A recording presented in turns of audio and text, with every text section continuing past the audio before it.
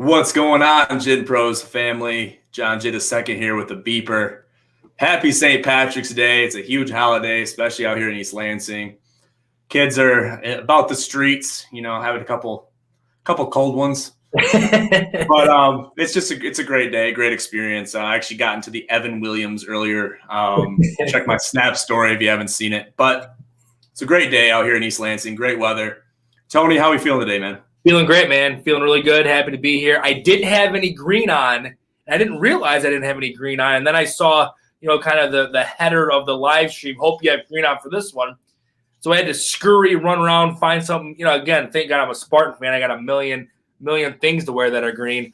But super happy to be here, man. Let's get after this one. Glad you figured it out. Sometimes it might take a little bit to get accustomed to, holidays and whatnot, but right. I'm glad you came around. Absolutely.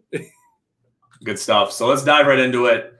First and foremost, let's talk about the big game that's in everybody's minds, MSU versus UCLA. It's technically the first round. I guess, however you look at it, people call it different things. It's a play-in game, one of two play-in games for two spots that are kind of up in the air. I guess you could call these teams bubble teams, I guess. They got the good side of the bubble, though, compared to some teams that got the boot. Belmont, I guess, was one of those teams that kind of got the boot. I think they finished with 26 wins and 3 losses. Absolutely amazing season, but since they're kind of in a no-name conference, they got the boot.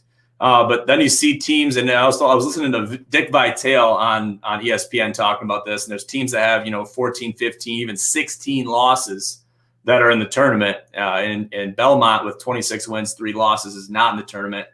Do you think that he has a reason to be up in arms amongst others to, kind of be pissed off about that?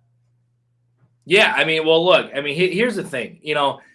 At the end of the day, unfortunately, schools like Michigan State, like who we pull for, benefit from their name, their brand, what conference they're in.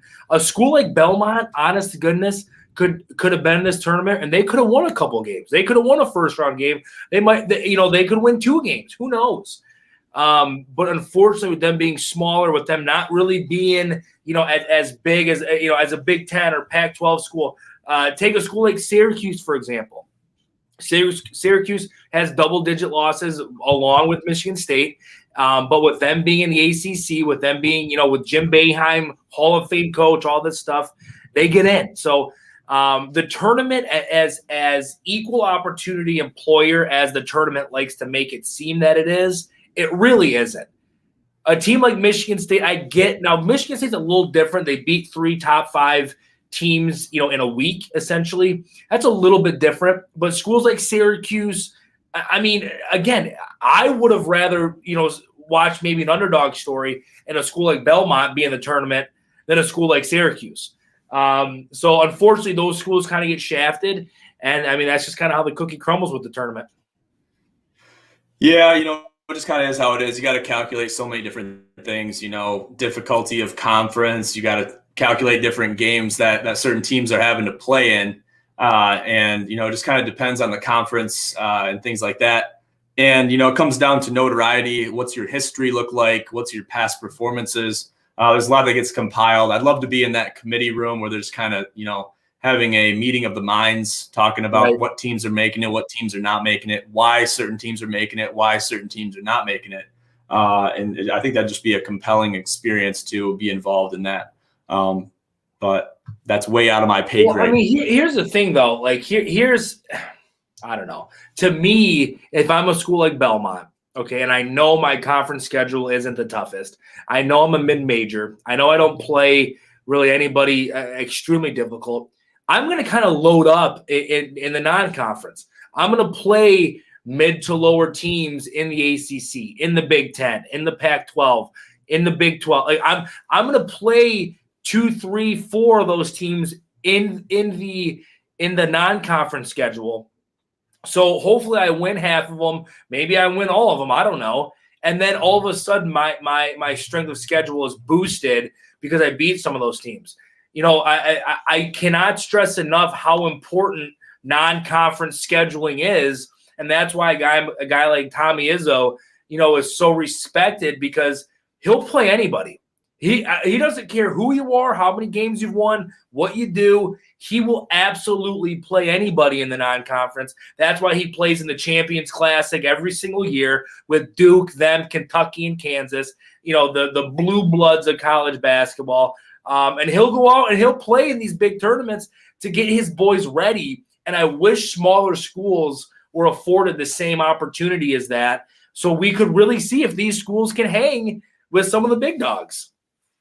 Yeah, I mean, we need to see those kind of competitions take place, because if you see a team like Belmont, say, play a team like Illinois, you're going to see what they're really made of. Sure. And the problem with that, the only problem with that is anything can happen early in the season. You've seen Michigan State beat Duke, right?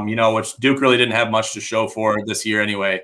And it just kind of depends on the year, but if you could find some time later in the season to have these games that are a little bit more competitive, a little bit more out of conference, harder to read, I feel like that would really tell a lot about what certain teams are made of, especially mid to low tier teams like Belmont that aren't really major league teams. But that's up to the committee, and that's up to different schedulers and things to figure that out. They have their ways of figuring out what they do. So.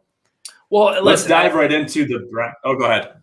Well, I guess the last point that I'll make on this is, even if a school like Belmont does play like an Illinois or an Ohio State or a Duke or a North Carolina, any of the top tier teams in the country, even if they lose that game by 5, 6, 7, 8 points, that's still, I mean, to me, if I'm Belmont, I'm thinking, damn, I just hung within 2-3 possessions with one of the top teams in the country. We got to feel good about ourselves. And in the committee's eyes, that's not a bad loss. That is not even close to a bad loss. So if you're, a small school, a mid-major, I'm sure they know this, but come on, beef up the schedule a little bit, because we want to see some of those, Cinderella stories, pop up in the tournament every year. Yeah, definitely. Almost like the Loyola Chicago, yes, how they made it so far.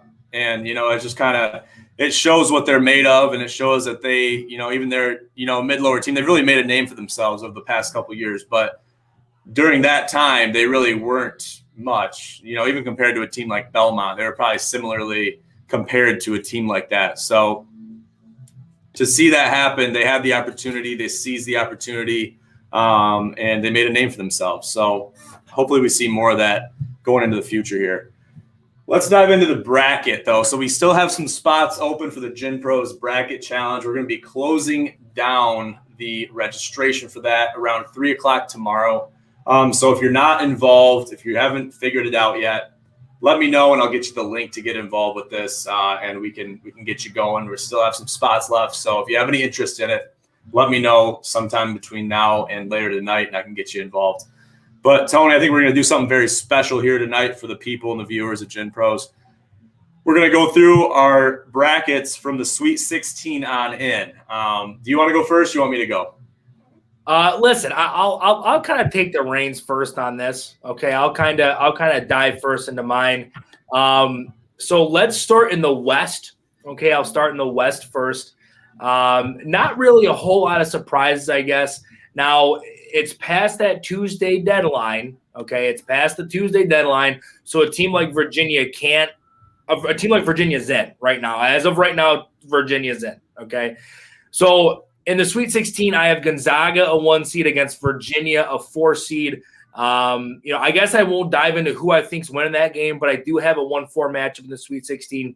Then in the bottom half of the West, I have Kansas and Iowa. Now, again, what I'm a little nervous about is I have 2 teams that are kind of COVID risks in the West in my Sweet 16. So hopefully those teams, can figure out how to kick COVID square in the nuts and, end up playing. But I do have a Big Ten team come out of the West in the Sweet 16. Iowa has a really good basketball team, solid shooters that they can put around guards and things like that. So that's my West, okay? Now, as you go down to the East, okay, I have Michigan, Florida State in the Sweet 16. And I'm going to give you a little bit of a teaser. Michigan's not winning that basketball game. Michigan's not winning that game. Florida State's marching on to the Elite Eight. But that's the only game I'm going to give you a tease on. The other game in the Sweet 16 that I have number 3 seeded Texas against number 2 Alabama. Okay, Alabama's an electric team out of the SEC that's been playing really well, just won the SEC championship. Texas has a really – now, again, to win in the tournament, you need good guard play. Texas has phenomenal guard play. They have a really good big that they rely on heavily. So I like Texas coming out in the Sweet 16 as well. So let's move on over to the South. Okay, now this is one that's going to surprise people. Now, again, there may be controversy, but I feed off of controversy, okay? My middle name should have been Controversy, okay? Out of the South, in the Sweet 16, I have number 8 seed North Carolina against number 4 seed Purdue.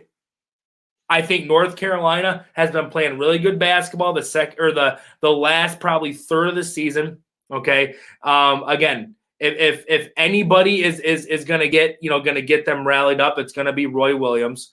So I love North Carolina making a deep push. Forget the 8 seed. The city of North Carolina doesn't matter. I love North Carolina Sweet 16 against another Big Ten school, Purdue. So the second half of my South region, okay, for the Sweet 16, I have number 3 seed Arkansas, the Razorbacks, another hot team out of the SEC. They play a million miles an hour, and they score on teams faster than they can tie their own shoes and blink 3 times, okay?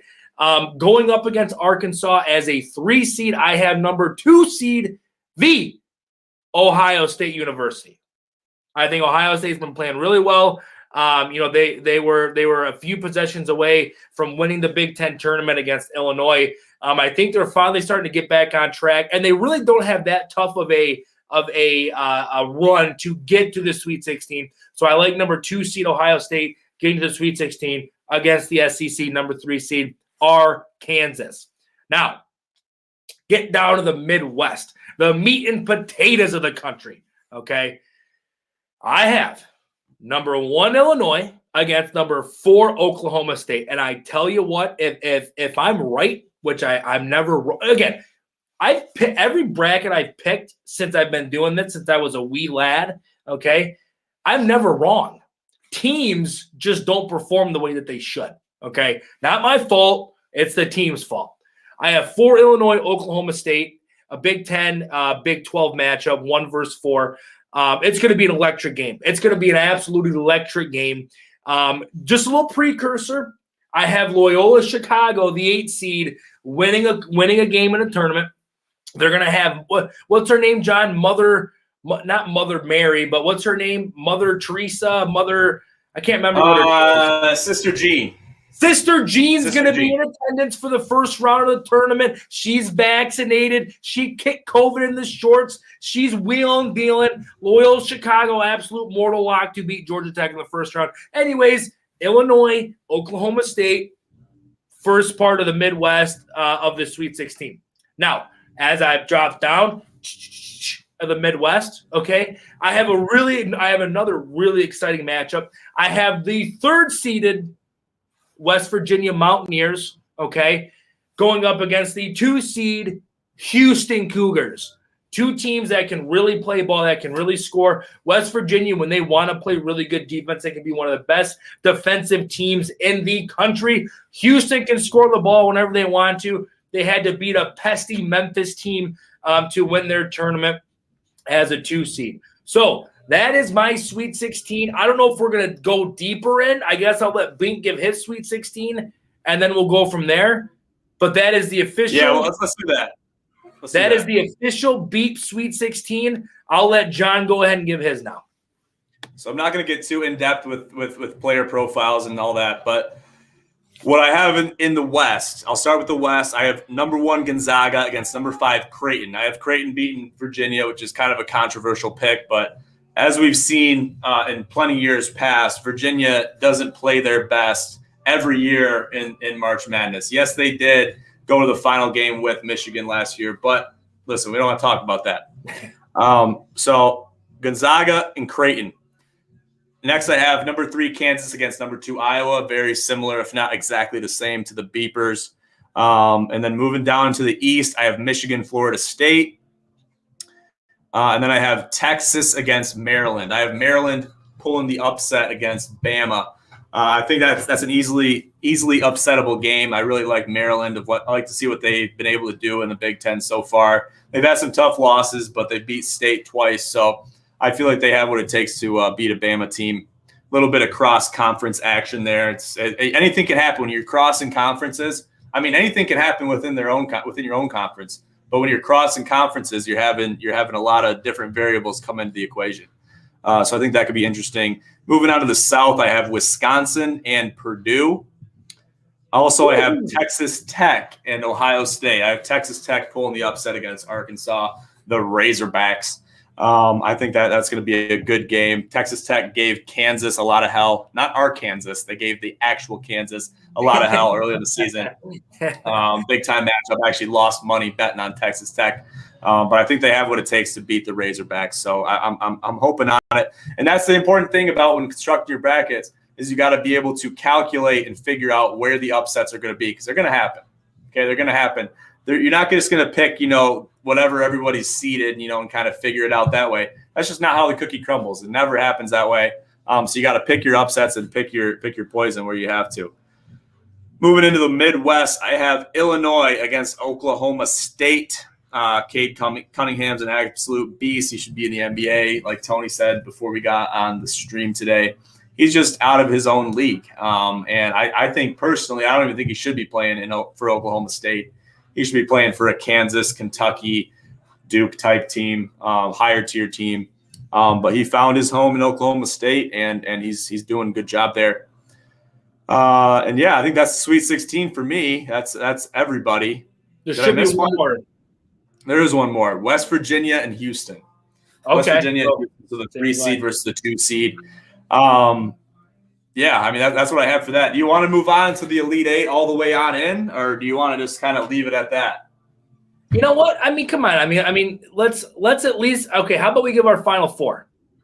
Okay, give me your Final Four, and I'll give you my Final Four, and then we'll just leave it at that. We don't want to give too much away because there's a lot of different games that are kind of squished in, sandwiched in between there. Like you have the Final Four, and then we have the Sweet 16 we jumped into, and then we go into the Final Four. So you're missing those Elite Eight picks, and then you're also going to be missing the championship picks. So we'll just give you the Final Four, and then we'll leave it at that. We'll move on. All right. So for my Final Four, for the Beeps Final Four, coming out of the left side of the bracket, I have Gonzaga playing Texas. I think Texas is going to make a run of the Final Four. Gonzaga has obviously been one of the top teams in the country the top team in the country the entire year. People are worried about them defensively. Listen, they score enough points to offset, some holes in the defense there. They had the best freshman in the country.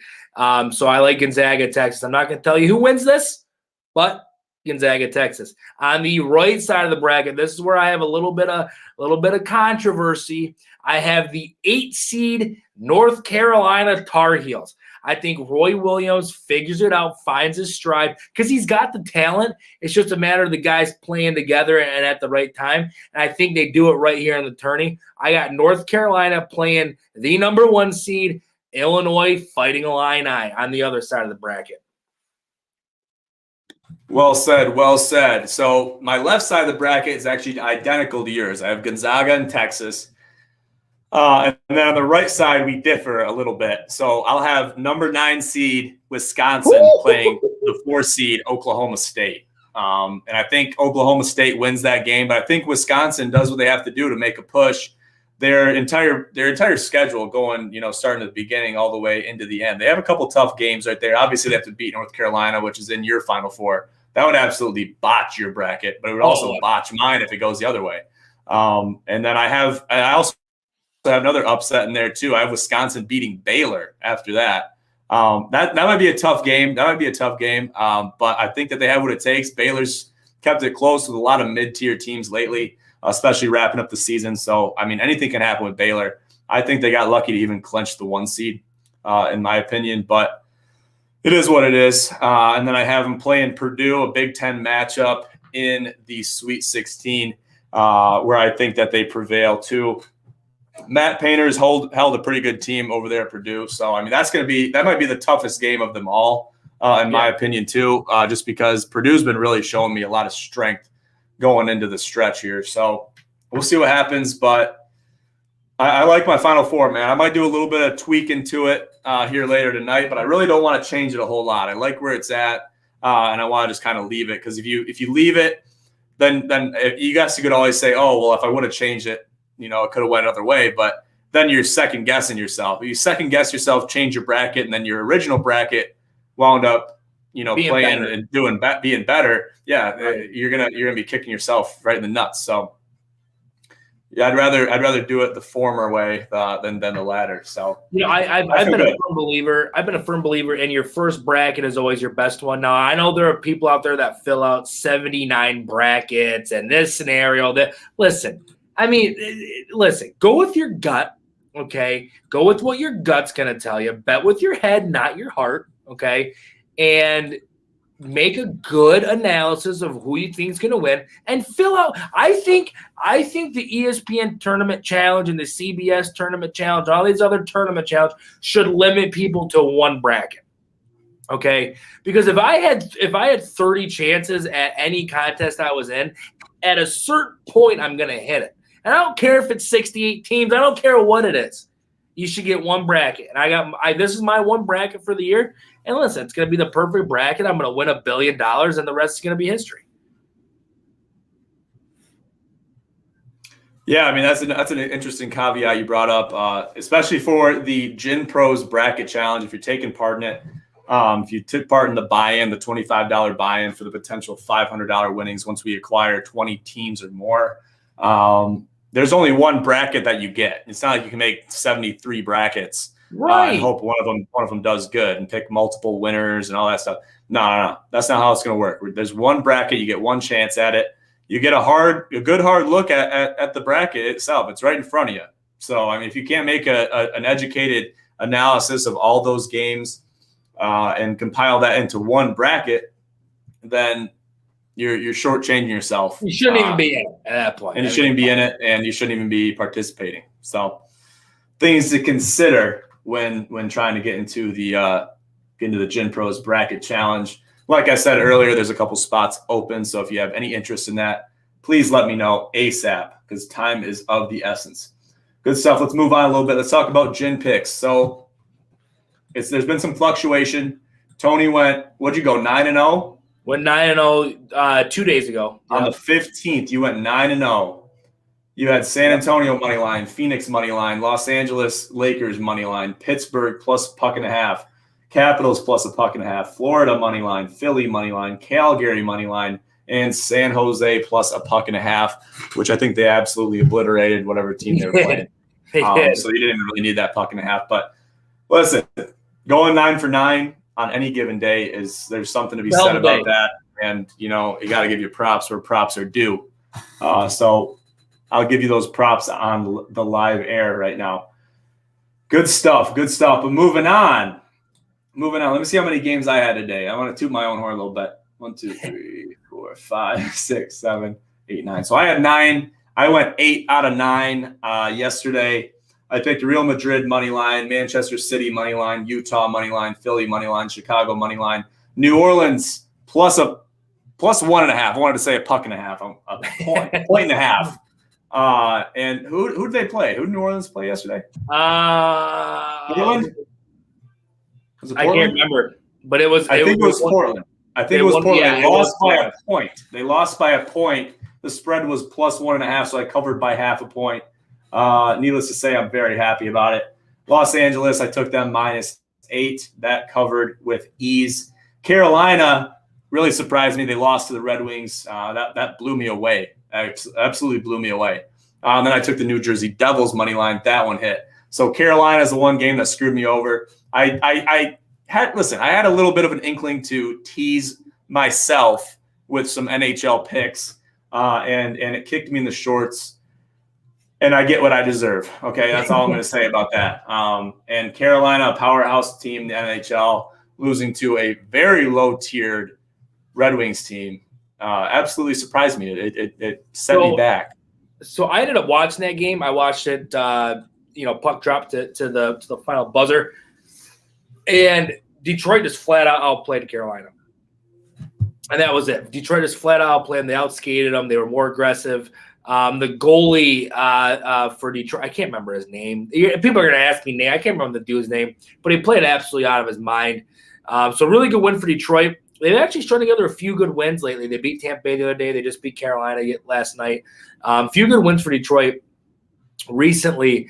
I've been kind of going a little bit heavier hockey, and I lost a couple ones yesterday. I lost the Carolina game yesterday, and I lost Pittsburgh yesterday. Pittsburgh got absolutely screwed against Boston. A few really bad calls that kicked out one of their best forwards. The other forward got hurt halfway through the game. So I think if Pittsburgh's fully healthy in that game, they end up winning. But Vladar was the goalie for Boston. It was his first ever start, and the kid absolutely. I mean, you couldn't have scored on that kid if he was blindfolded. He was playing so good. So I lost that game, and I think I swept the rest of the hockey, and then I lost Oklahoma City plus 5.5 against Chicago. Chicago. I mean, I don't think Oklahoma City showed up in the second half of that game. I think they just started getting the bus and packing up and going home because Chicago absolutely kicked their ass in the second half. So I went 5-3 yesterday. Decent day, not horrible. I mean, not horrible by any stretch of the imagination. Put 8 picks out there. Obviously, 5-3 is over 500, which is what we always shoot for. So we'll see what happens tonight. Hopefully, I can be a little bit better than that tonight, and we'll see what happens. We will see what happens. Exactly. So that kind of brings us to the end of the live stream. Tony, you got anything else you want to plug, kind of want to put out there? Thank you guys so much for who tuned in. If you're watching right now, if you watched previous or you're watching later, just hit the share button, get that to as many people as possible. Or link tree, all of our shit's on the link tree. A lot of really good stuff coming up. Corona Challenge. I think Bink and I, we have so much interest that Bink and I are setting a deadline for that. That'll be probably announced. It might be announced tonight on Twitter, Facebook. It might be announced tomorrow. Who knows? But we do have a deadline for that because we want to lock in the teams because we just got so many people reaching out to us. It's bananas. International Federal Beer Night. Don't forget about that. Register for that. Bink and I are doing a lot of outreach in the East Lansing area. Other than that, guys, happy St. Patrick's Day. I'm Irish, so I'm gonna go have a green beer after this. And everybody be safe tonight. We'll see you next week. Sounds good. Well said, Tony. Yeah, we'll leave it at that. Make sure to check out all of our posts on Facebook, Twitter, Instagram for all updates regarding our upcoming events. We want you to be a part of them. So do everything you can to, take part of it, take part in it and be involved. We want to see people in our local circle and abroad and people that don't know us personally. We want to see you get involved in all these events. We want to see you, participate and win championships because, we're giving you that opportunity to compete and showcase your skills no matter what it is. If it's beer dye, golf, you name it. There's events popping up all over the place regarding stuff we're doing here at Gym Pros. So the committee over there at the Corona franchise events have been working their tails off as far as, helping us with these events. So lots of great work going on. We're excited for it. So I'll leave it at that, guys. Thank you for tuning in, and we'll leave it at that. Happy St. Patrick's Day. Be safe and have a great